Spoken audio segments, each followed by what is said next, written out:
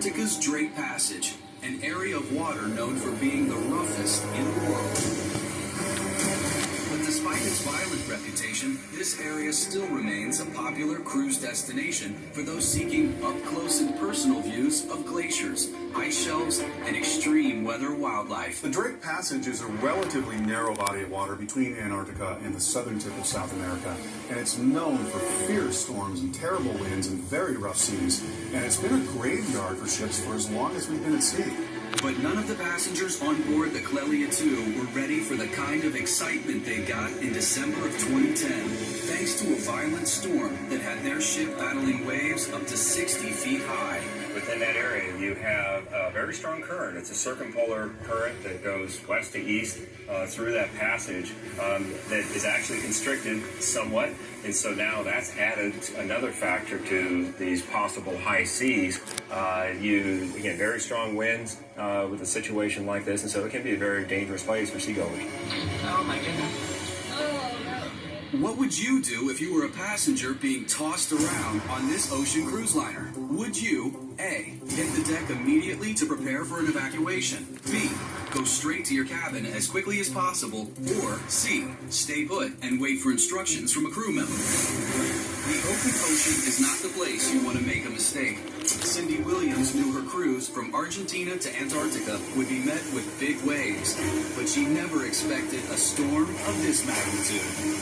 Like crazy storm. Oh my goodness.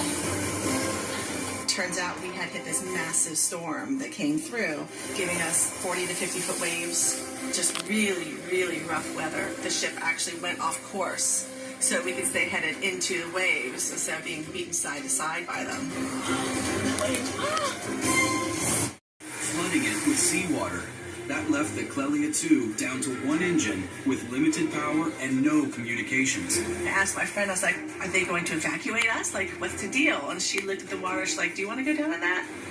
So your boat is being rocked like a toy in a bathtub. What would you do? If you picked C, await instructions from a crew member, you were correct.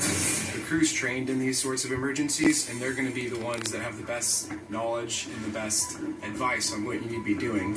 If you chose to report to the deck immediately, that would put you in an extremely vulnerable place. When you're up on an open deck and there's lots of winds and seas coming over the side, there's an enormous amount of pressure and power behind those seas down in Drake's Passage. You probably wouldn't last very long in the waters out there. You could easily have slid off because it was wet, it was rough, the waves were crashing over.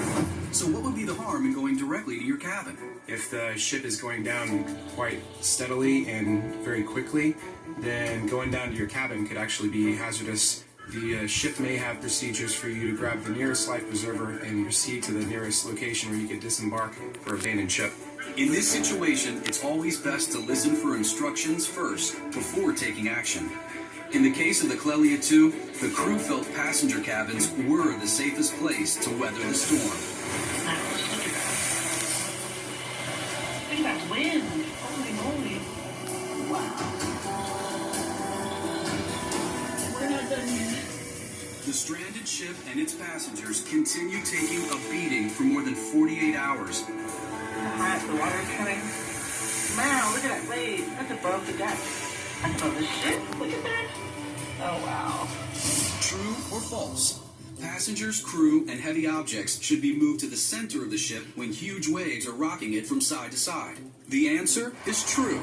Moving weight to the center of the ship helps balance its center of gravity, but this should only be done when instructed by the crew. Luckily, another boat nearby is able to come to their rescue by aiding their repairs. After more than 2 brutal days of being battered by waves, the crew repairs the electrical problems and the Clelia 2 finally heads back to port. So if you are ever caught out to sea in the middle of a storm, a couple of things could help you navigate the rough ride. Know your ship's safety procedures. Always await instructions from crew members. Stay clear of windows and large movable objects. And remember, don't go on to open deck areas unless the crew directs you there. The power of the ocean is amazing. It's awe-inspiring, and it really needs to be respected. And there are catastrophes. There are ships that sink. We're fortunate that we were able to come back on our same ship. But yeah, I mean, nothing is guaranteed.